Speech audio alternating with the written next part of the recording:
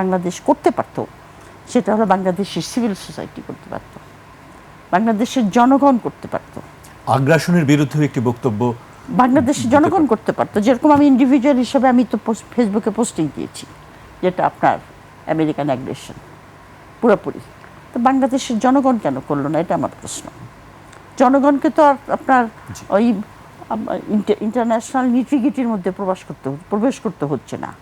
আপনি স্বাধীন দেশের নাগরিক, আপনারা এত আপনার আমাদের এখানে অনেক তো লেফট ওরিয়েন্টেড গ্রুপ আছে এখানে, যারা আপনার আমেরিকান সাম্রাজ্যবাদের বিরুদ্ধে এতদিন পর্যন্ত যুদ্ধ করে এসেছে, তাদেরও তো আমি কোনো প্রতিবাদ দেখলাম না।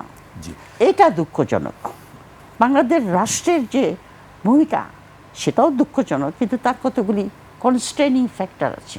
কিন্তু বাংলাদেশের যারা সিভিল সোসাইটি, যারা সাম্রাজ্যবাদের বিরুদ্ধে যুদ্ধ করতে করতে মুখে ফেনা উঠে ফেলতেছে, আমি জন্ম থেকে শুনছি সাম্রাজ্যবাদের, তাদের কাছ থেকেও কোনো একটা স্টেটমেন্ট আসলো না।